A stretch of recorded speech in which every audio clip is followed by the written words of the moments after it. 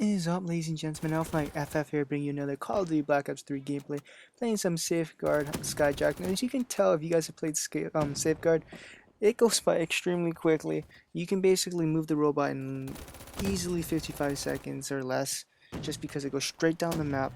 And with the momentum, as long as it gets by the door, you've got one teammate, it's gonna walk all the way. And I honestly think they should change the location of where the robot should go. As you can see from this first round, look, that must have been like 2 minutes total, less than 2 minutes, minute and a half, and they won round.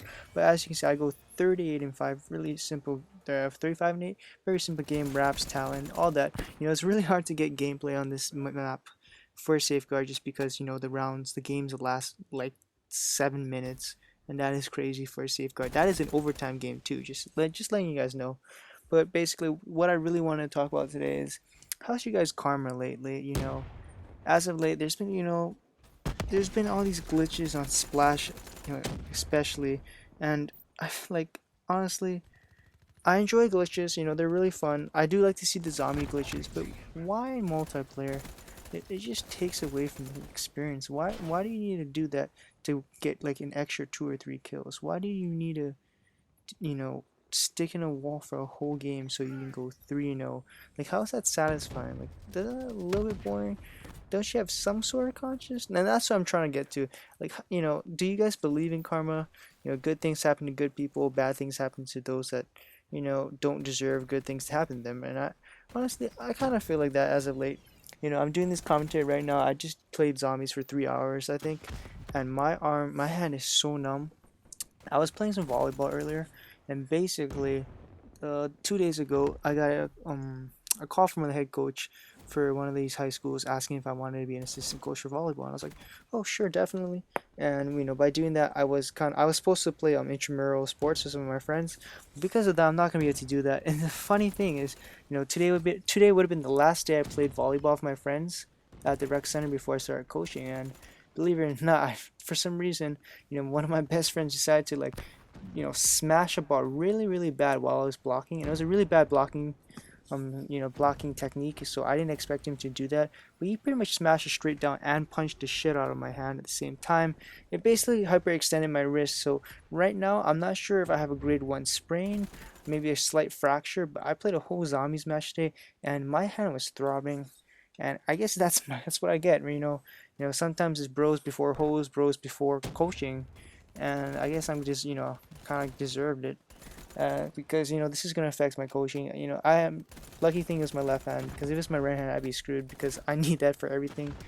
But as a kinesiology, as a pre-physical therapist student, I do rely on both hands for palpations, for special tests, and it's gonna be very, very unfortunate if my left hand is broken right now. But if it isn't, I can deal with sprains. I know how to fix those. Rest, ice compression, elevation, couple muscular tests, neurological testing, things like that. But I just like to bring up the point. Sometimes, still, you have to go with the flow, but you also have to know when to not go with the flow. And what I'm trying to say is, yes, everyone loves being 12-year-olds that enjoy glitching. It's really fun, but sometimes you just gotta think. There's millions of people playing this game, and they don't really appreciate getting shot through a wall that is not in the map. And I mean, yes, go ahead, dislike the fuck out of this video, but I'm just trying to get a message across. If you're a YouTuber, since you guys are all YouTubers, I'm pretty sure you'd appreciate it. What if you're going for gameplay and all of a sudden, bam, you get you get shot from one unexpected place just because it's a glitch spot. And I honestly, I don't hope bad for these people, but I just hope that maybe Trek can look at these people and be like, I don't know, one day one day ban. I don't know, especially if they just overuse it and abuse it, because why would you do this to the game? I know there's so many flaws in Call of Duty, so don't make it worse by doing things like this. And yes, I know this is coming off as a rant, but right now my wrist is sore as fuck, and I am tired. I'm gonna start coming home at 9 o'clock every single day starting next week because of my coaching duties, and it's gonna be crazy. I will do an update video on what's gonna happen at LV3.